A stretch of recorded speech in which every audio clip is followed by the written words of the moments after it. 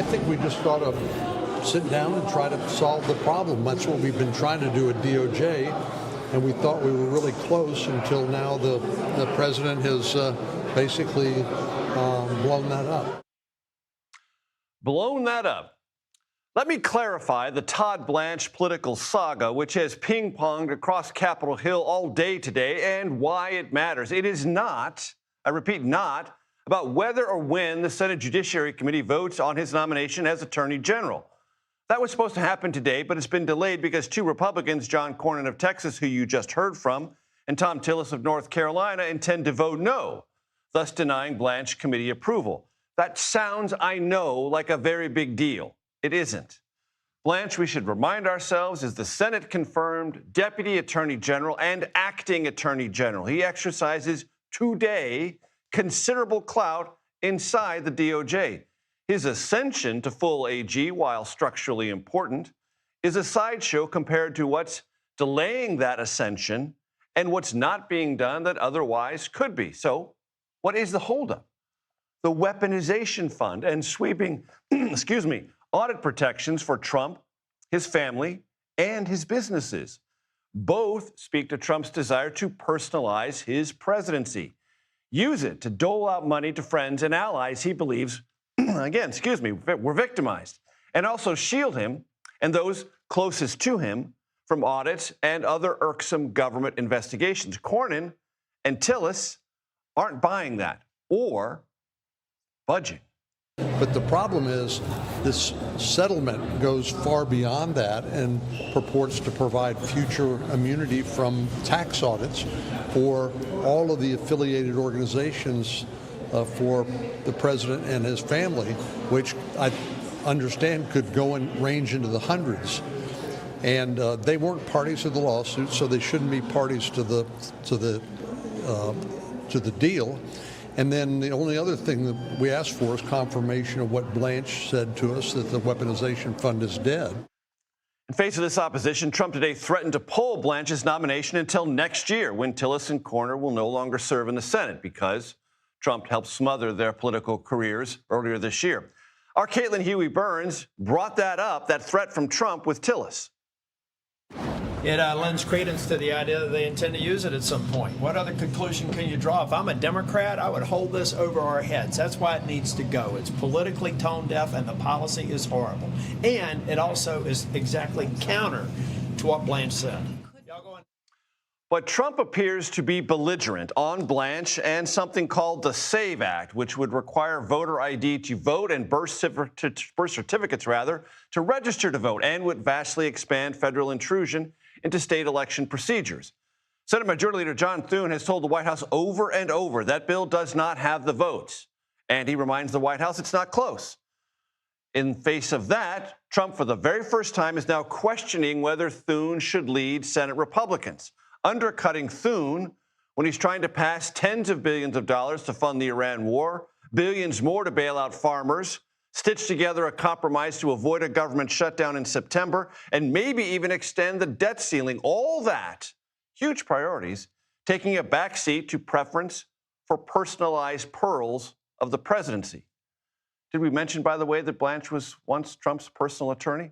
Oh, there's one more thing.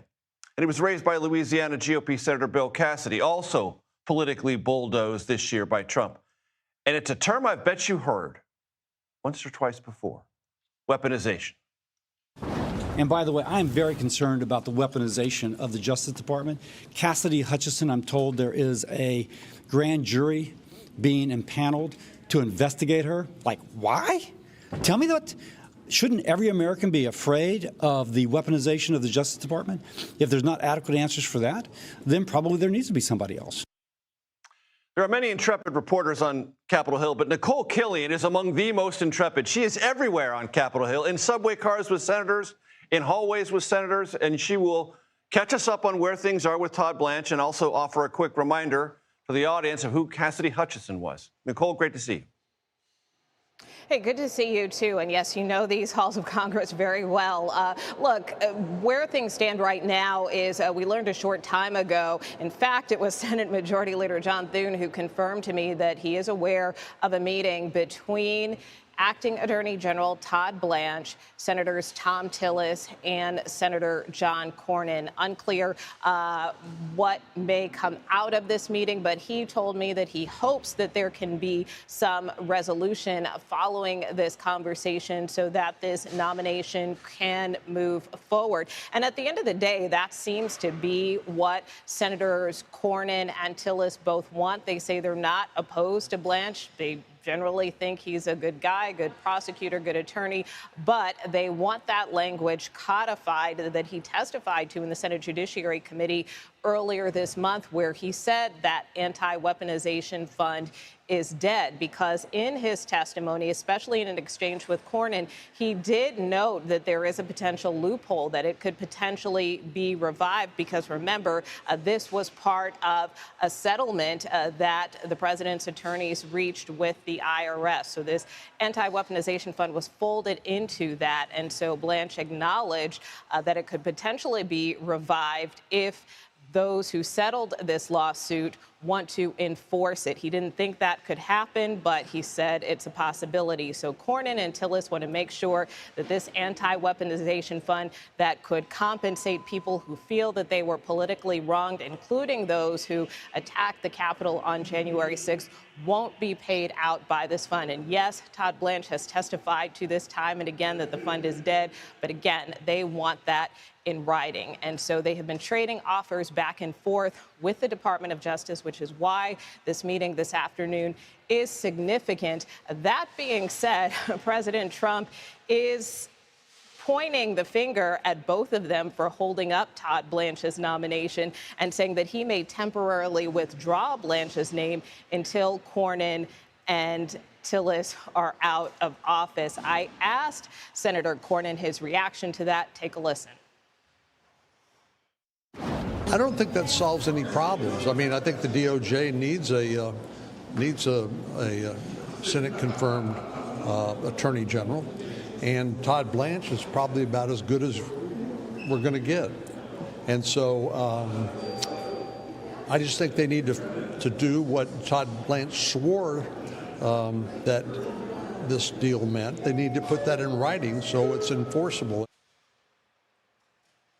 So again, if they can get those commitments in writing, he and Senator Tillis insist they'd be on board with Blanche's confirmation. In terms of Cassidy's opposition, he told me that, he is still information gathering, and that case that he raised with Cassidy Hutchinson, of course, she was a star witness during the January 6th committee hearings, a former aide of former President Trump who testified against him about that attack. So he is concerned that individuals like her could potentially be prosecuted down the line, which is why he wants some more guarantees as well from the Attorney General nominee that the DOJ won't go after the president's political opponents.